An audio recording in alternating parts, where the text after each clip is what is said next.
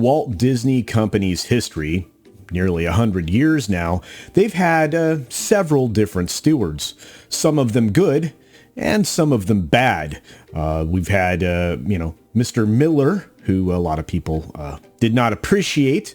In fact, he was replaced by the likes of Michael Eisner. Well, Eisner is out there right now talking about his time of Disney leadership. And he has some interesting things to say and some interesting things going on in his own right. Let's take a look at this story you may have missed. Here we go.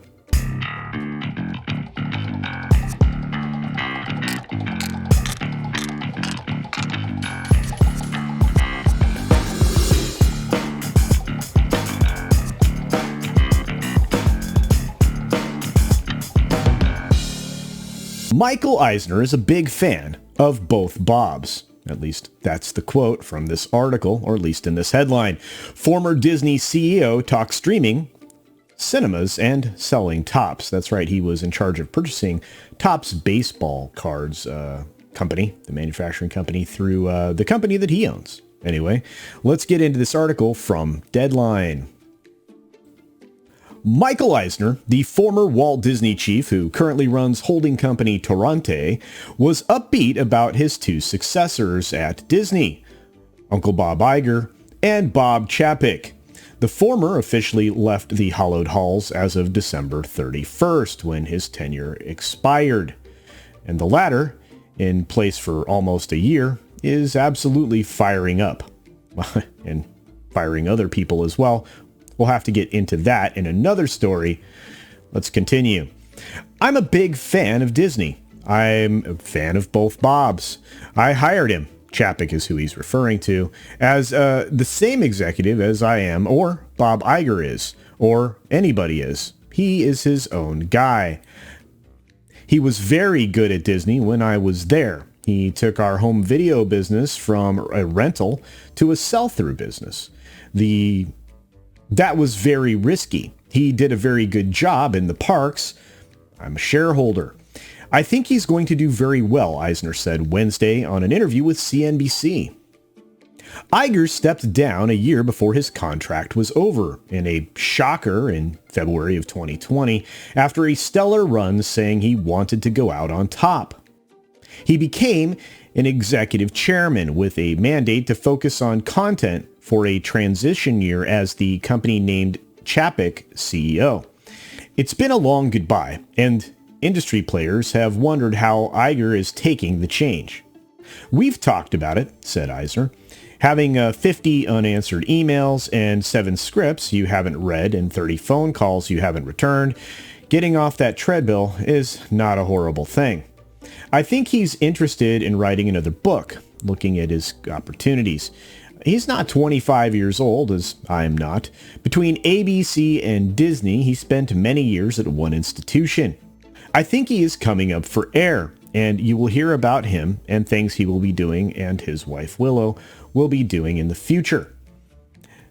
There is no loser here. I don't think the shareholders are losers or the consumers are losers here, or certainly either of them. Iger and Chapek. Interesting way to phrase that there, Mr. Eisner. Disney, Eisner indicated, has historically done pretty well. Bob Iger, Uncle Bob, did extremely well. We did okay. I wouldn't discount Disney. Disney went through this global crisis. That does change a lot of things. I wouldn't throw away your Disney tickets to the theme parks quite so early. Investors have taken a more grudging stance on the company starting last year as the streaming growth slowed. The stock has been a Wall Street darling, at least in 2020, on the explosive growth of Disney Plus despite the global crisis woes that shuttered the parks and halted production. Asked for thoughts on streaming, Eisner said it's evolving and great, but it won't replace live events. I was one of the first investors in Netflix, he said. Toronto's BoJack Horseman was the streamer's first original animated series. Netflix told me they were never going into animation. Then they went into animation. They were never going into sports, and they're going into sports. Well, not exactly, though Reed Hastings told German magazine Der Spiegel in September that the company might consider a bid for the Formula One rights. The company is moving into games. They weren't going to make motion pictures. Apple wasn't going to make motion pictures. Steve Jobs told me they were never going to make content. All that has changed for the better, Eisner said. I believe that the streaming business is here to stay, he said, ticking off Netflix, Disney Plus, Amazon, Apple, HBO Max.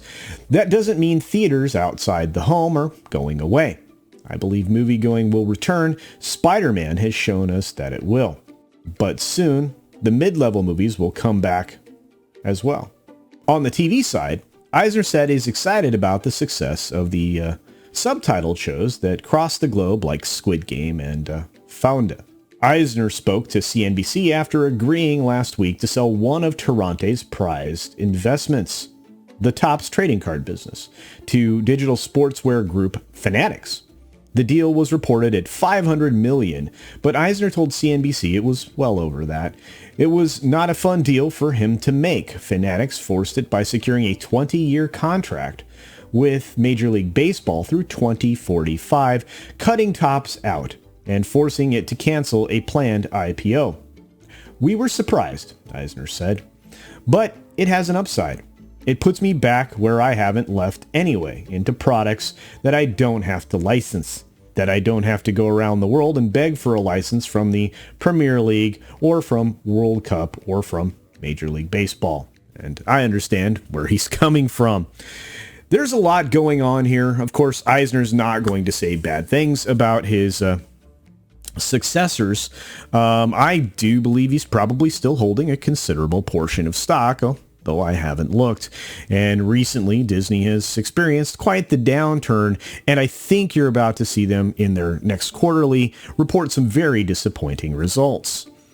But as for the Bobs, I think you're starting to see the direction that Chapek is going, and you can also see the fingerprints of Susan Arnold on some other elements of the company from her board position.